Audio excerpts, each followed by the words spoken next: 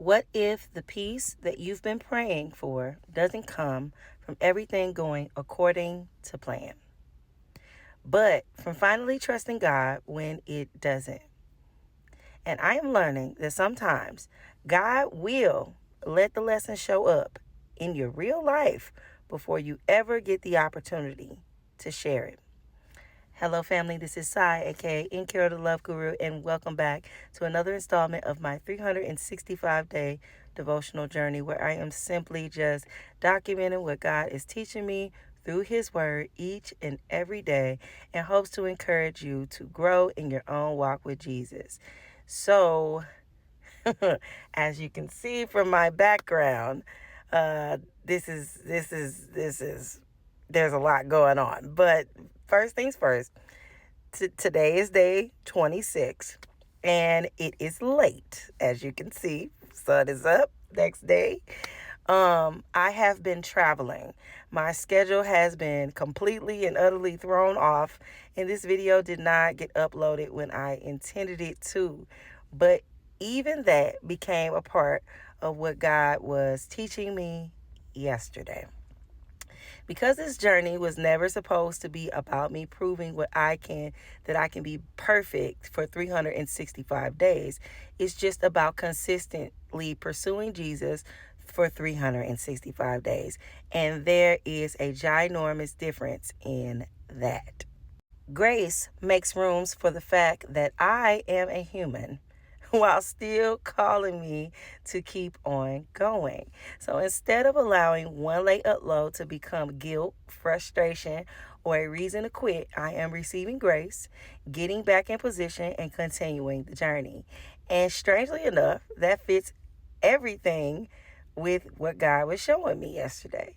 So in 1 Kings chapter 13, a man of God receives direct instruction from God. He initially obeys it, but then another prophet comes along and tells him something completely and utterly different. And he allows somebody else's voice to override what God had already told him. That really challenged me. Because sometimes the difficult part isn't hearing God. Sometimes the difficult part is continuing to trust what God said after another voice enters the conversation.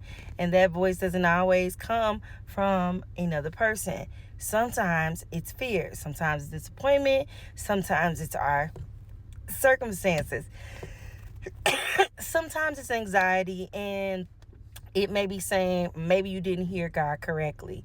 But if God has spoken clearly, I cannot allow another voice to talk me out of obedience.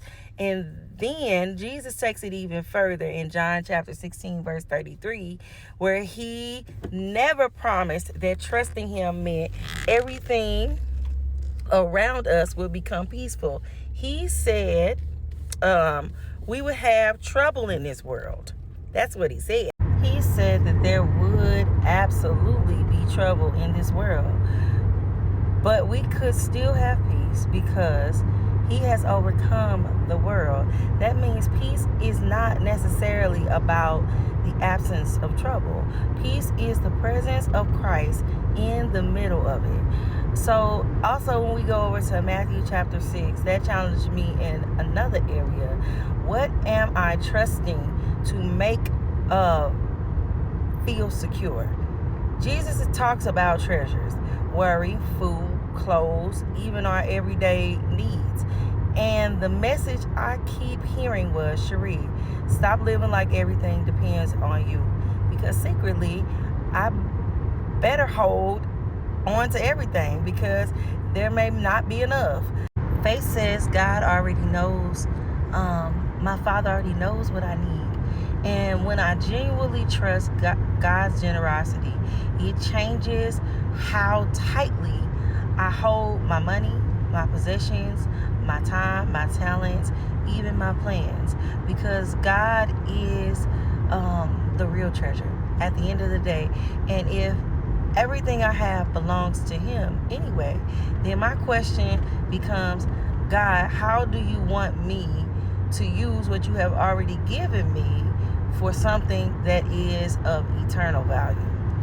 That connects with 1 Corinthians chapter 6, verse 20, where we are bought with a price. Even my body and my life belongs to God. And Romans 5 and 8 reminds me what that price looked like. While we were still sinners, Christ died for us. Family, that is love. Before I got everything right, before I became consistent, before I could offer God anything in return, He loved me first. And maybe that's why I don't have to panic when I am imperfect. I can receive grace without abusing the grace that He has given me. I can acknowledge where I fall short, make the adjustment, and keep on walking. I can do that. So on this day 26, even though it is late, but day 26 still happened. And maybe somebody needed that reminder today. You missed a day. Keep on walking. You made a mistake. Keep on walking. Your plans got interrupted. Keep on walking. You haven't done everything perfectly. Guess what? Keep on walking. Don't let the pursuit of perfection make you abandon the pursuit of Jesus. Trust His word. Trust His provision. Trust His love. And when life just doesn't go according to your plans, remember that God's grace is still sufficient. God's voice is still trustworthy, and God's presence is still your peace. Period, family. That's all you have to remember at the end of the day. That's it. I am Cherie, and this is Starting at 40, a 365-day walk through the Bible. Remember this, I love you so much, and I am fervently and faithfully praying for you. And if it is God's will, as it is, since we are already here, I will see you all tomorrow. Today, later on, I will tell you what I learned today. Love you guys. Bye-bye.